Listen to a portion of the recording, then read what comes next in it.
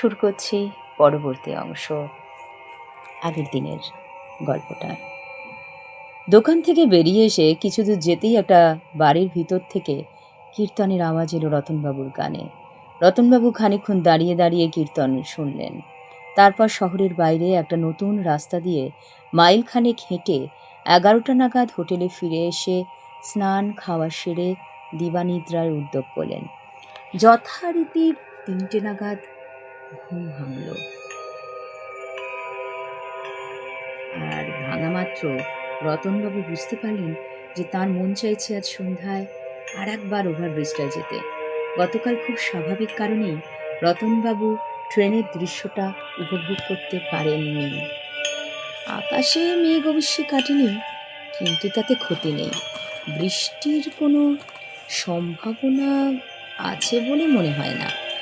আজ তিনি ট্রেন আসা থেকে শুরু করে চলে যাবার শেষ মুহূর্ত পর্যন্ত আরাম করে দেখবেন। 5টার সময় চা খেয়ে রতনবাবু নিচে নামলেন। সামনে ম্যানেজার শম্ভুবাবু বসে আছেন। রতনবাবুকে দেখে বললেন, যে ভদ্রলোকটি কাল মারা গেছেন তার সঙ্গে আপনার আলাপ ছিল নাকি মশাই? রতনবাবু প্রথমটা কিছু না বলে অবাক হওয়ার ভান করে শম্ভুবাবুর দিকে চাইলেন। তারপর বললেন, কেন বলুন তো? না পঞ্চা বলছিল হাটে আপনাদের দুজনকে একসঙ্গে দেখেছে।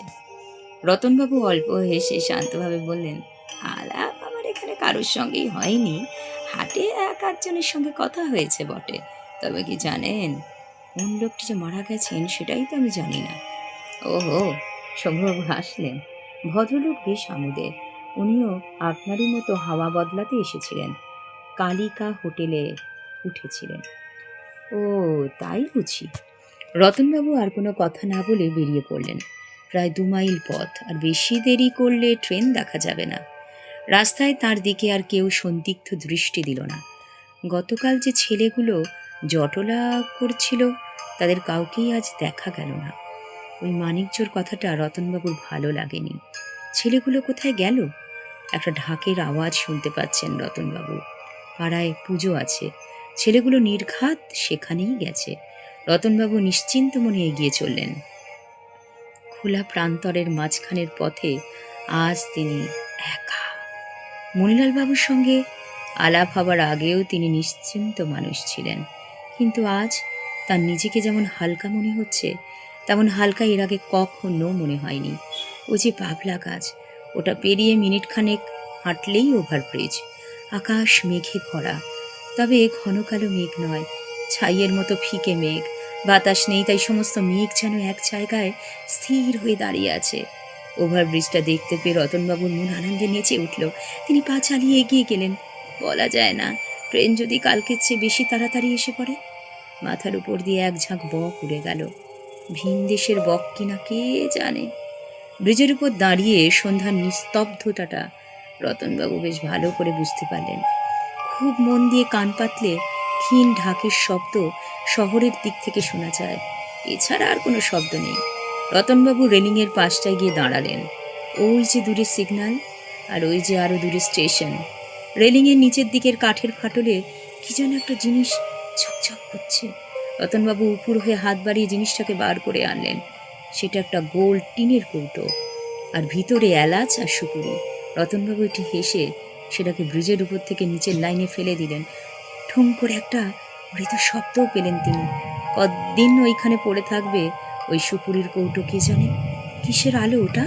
ট্রেন আসছে, এখনো শব্দ পাওয়া যাচ্ছে না, কিন্তু আলো এগিয়ে আসছে। রতনবাবু অবাক হয়ে আলোটা দেখতে লাগলেন। হঠাৎ একটা ধমকা বাতাসে তার কাঁধ থেকে র্যাপারটা খসে পড়ল। রতনবাবু সেটাকে আবার বেশ ভালো করে জড়িয়ে নিলেন।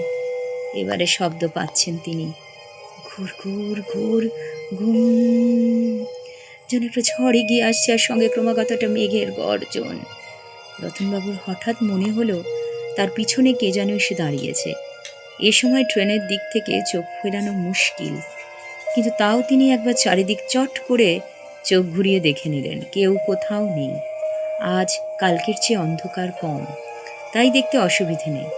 শুধু তিনি আর ওই দ্রুত ধাবমান চাঁদ রেল ট্রেনটা ছাড়া মাইল খানেকের মধ্যে আর কেউ আছে বলে মনে হয় না। ট্রেন এখনো 100 গজের মধ্যে। রতনবাবু রেলিংয়ের দিকে আরও এগিয়ে গেলেন। আগেকার দিনের স্টিম ইঞ্জিন হলে এতটা এগিয়ে যাওয়া নিরাপদ হতো না। চোখে মুখে কয়লার ধোঁয়া ঢুকে যাবার বিপদ ছিল। এ ট্রেন ডিজেল ট্রেন, তাই ধোঁয়া নেই, শুধু বুক কাঁপানো গুরুগম্ভীর শব্দ আর চোখ ঝলসানো হেডলাইটের আলো। ওই এসে পড়ল ট্রেন ব্রিজটার নিচে। রতনবাবু তাঁর কনুইয়ের উপর ভর দিয়ে সামান্য দিকে ঝুঁকে পড়লেন, আর ঠিক সেই মুহূর্তে পিছন থেকে দুটো হাত এসে তার পিঠে মারল এক প্রচণ্ড ধাক্কা। রতনবাবু টাল সামলাতে পারলেন না, কারণ রেলিংটা ছিল মাত্র 2 হাত উঁচু। নীল ট্রেনটা সশব্দে ব্রিজ কাঁপিয়ে চলে গেল পশ্চিমের দিকে, যেদিকের আকাশে রক্তের রং এখন বেগুনি হয়ে এসেছে। রতনবাবু এখন আর ব্রিজের উপরে নেই, তবে তার চিহ্নস্বরূপ একটা জিনিস এখনো রেলিংয়ের কাঠের একটা ফাটলে আটকে আছে। সেটা সুপুরি আর এলাচে ভরা একটা অ্যালুমিনিয়ামের কৌটো। গল্প পাঠ এখানেই শেষ করলাম। আশা করি ভালো লাগবে।